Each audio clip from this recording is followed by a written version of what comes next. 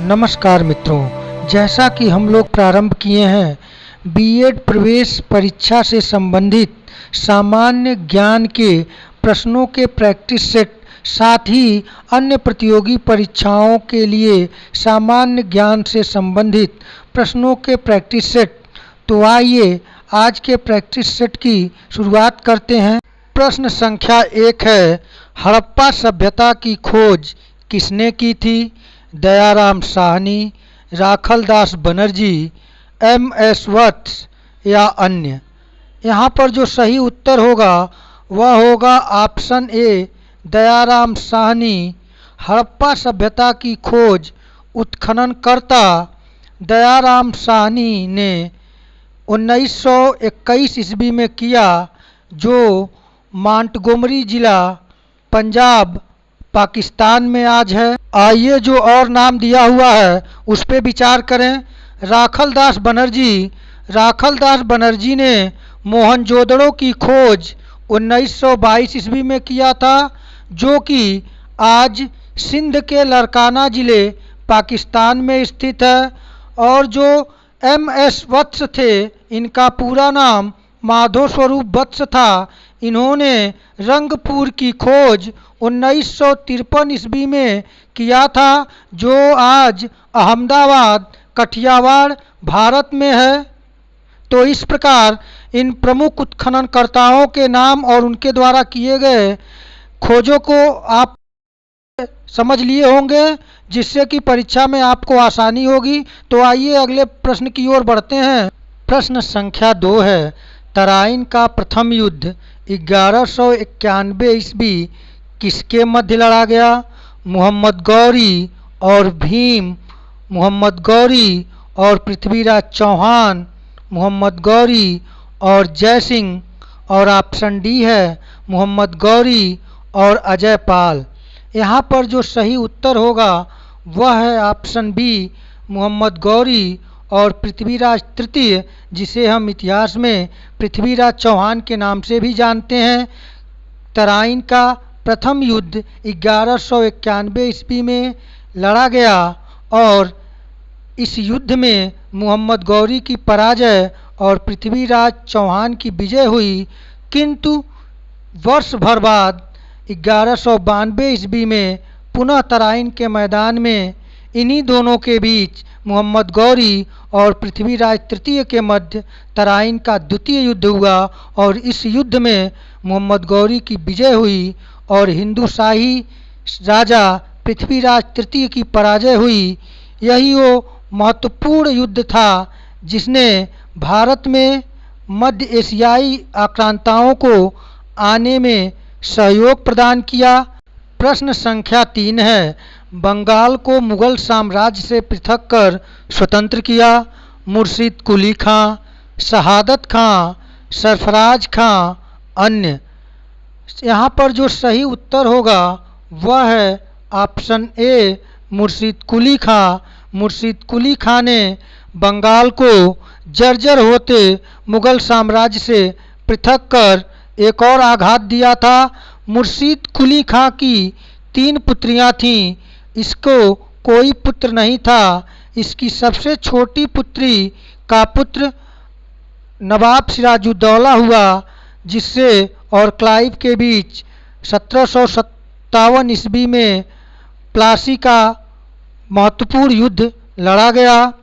जबकि शहादत खां के विषय में देख लें, शहादत खां जो था ये अवध का नवाब था और सरफराज खां मुर्शिद कुली खां से पहले थोड़े समय के लिए मुगल साम्राज्य के अंतर्गत बंगाल का गवर्नर था।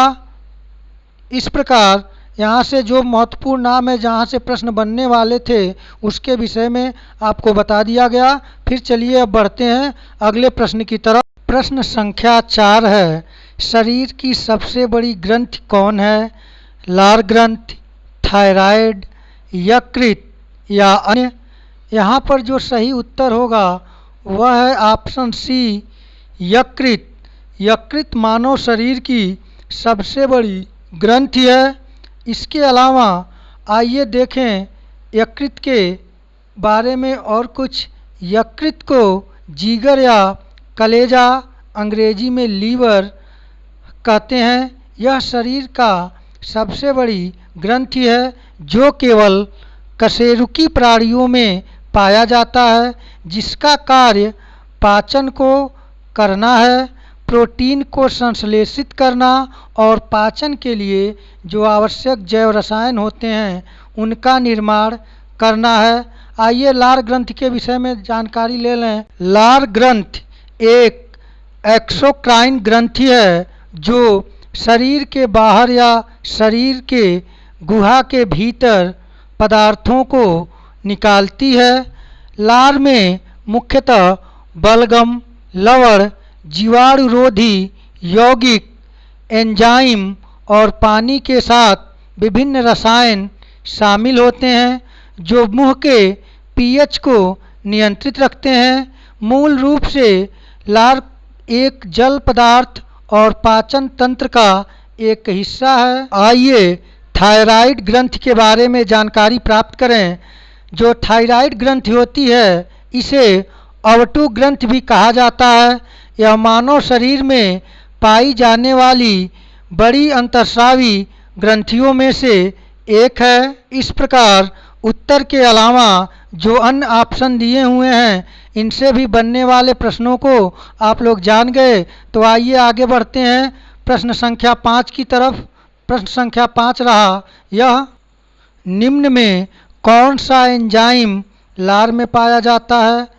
पेप्सिन, ट्रिप्सिन, टाइलिन, इनमें से कोई नहीं।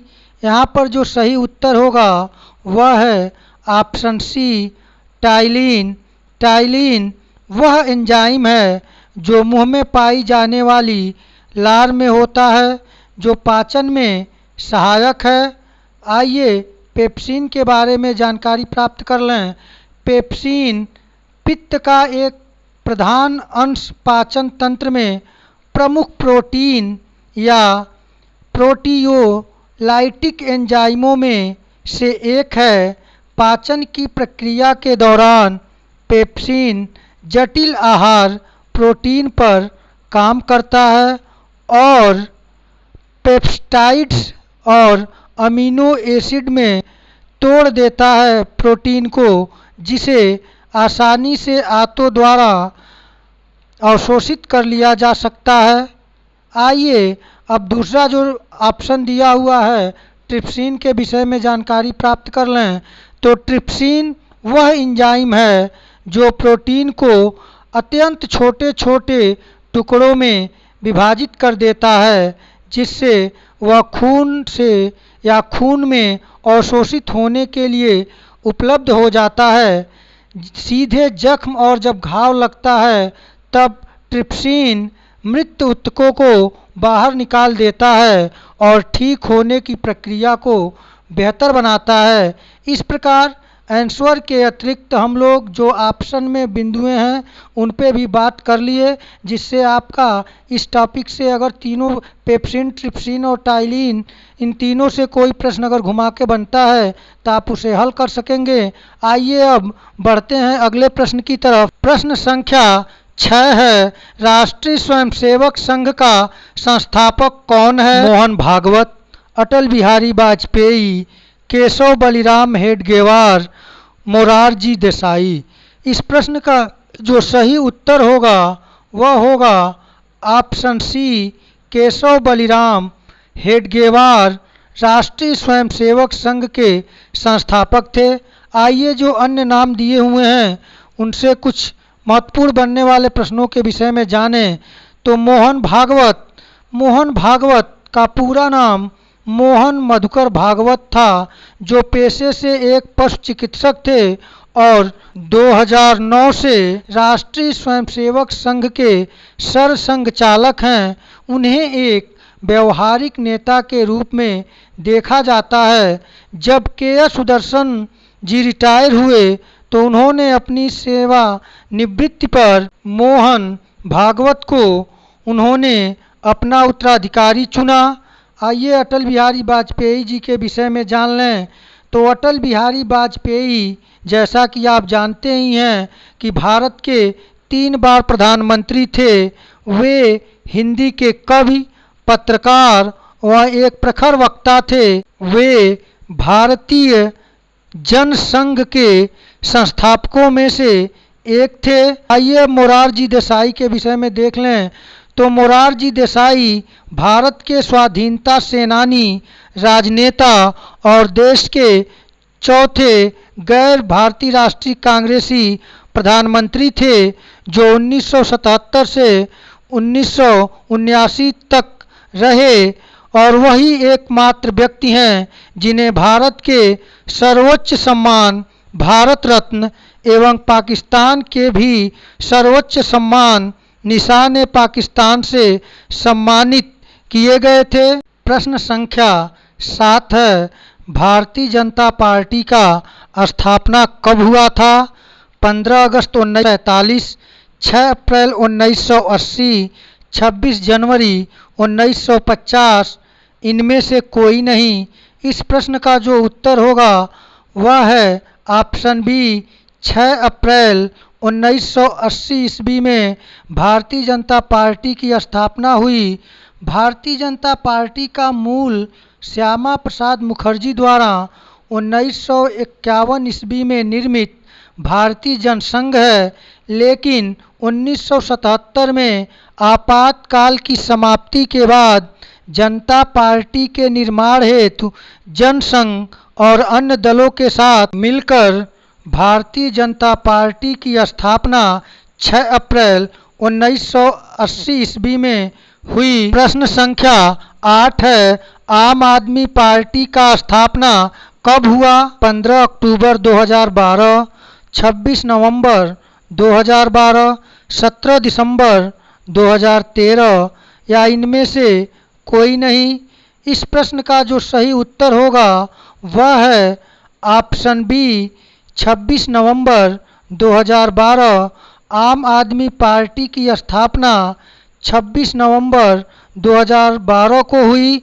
26 नवंबर 2012 को भारतीय संविधान की 63वीं वर्षगांठ के अवसर पर जंतर मंतर दिल्ली में बाकायदे आम आदमी पार्टी की स्थापना की गई थी।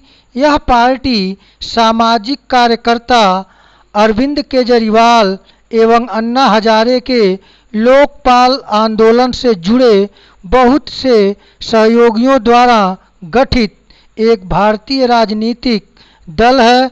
तो आइए अब अगले प्रश्न की तरफ बढ़ते हैं।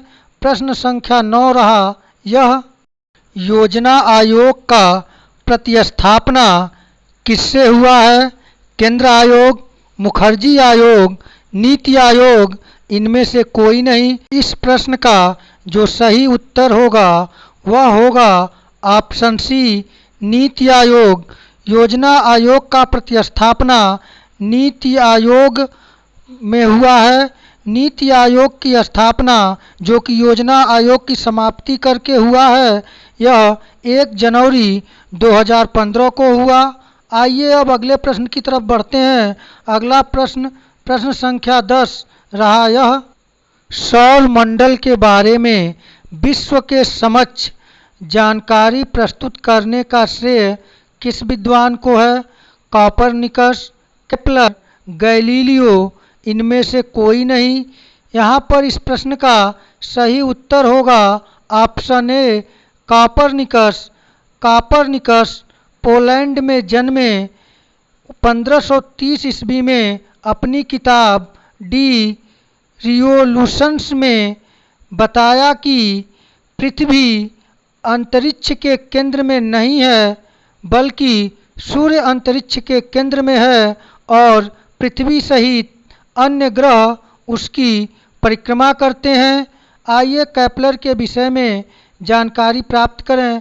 तो केपलर ने ग्रही गति के विषय में 3 नियम बताए हैं। केपलर जर्मनी के निवासी थे। आइए गैलीलियो प्राप्त कर लें। तो गैलीलियो इटली के वैज्ञानिक थे।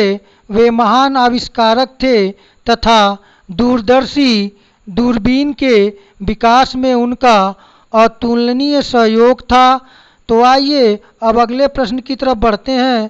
प्रश्न संख्या 11 है, सूर्य के चारों ओर घूमने वाले खगोलीय पिंड क्या कहलाते हैं?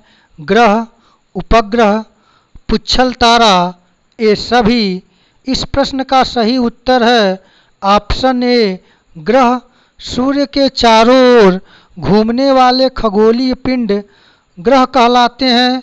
जबकि उपग्रह के बारे में बात करें तो उपग्रह किसी ग्रह के चारों ओर घूमने वाले पिंड को उपग्रह कहते हैं।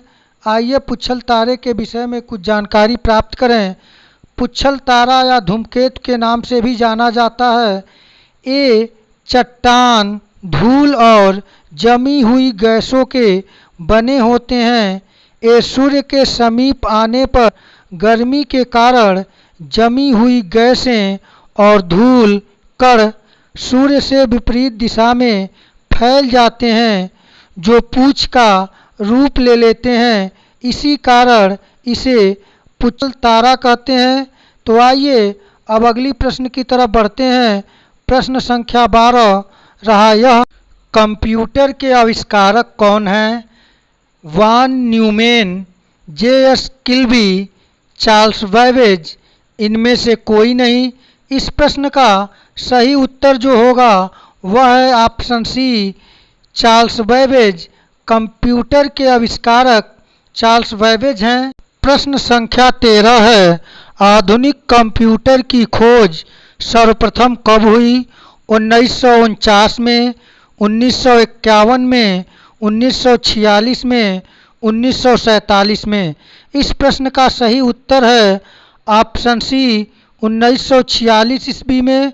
आधुनिक कंप्यूटर की खोज सर्वप्रथम 1946 ईस्वी में हुई। प्रश्न संख्या 14 है, भारत में सबसे अधिक संपत्ति वाला राज्य कौन है? तमिलनाडु, महाराष्ट्र, केरला, कर्नाटक। इस प्रश्न का सही उत्तर है ऑप्शन बी महाराष्ट्र। महाराष्ट्र भारत का सबसे अधिक संपत्ति वाला राज्य है। आइए अगले प्रश्न के तरफ बढ़ते हैं। प्रश्न संख्या 15 है, अर्जुन पुरस्कार कब प्रारंभ हुआ?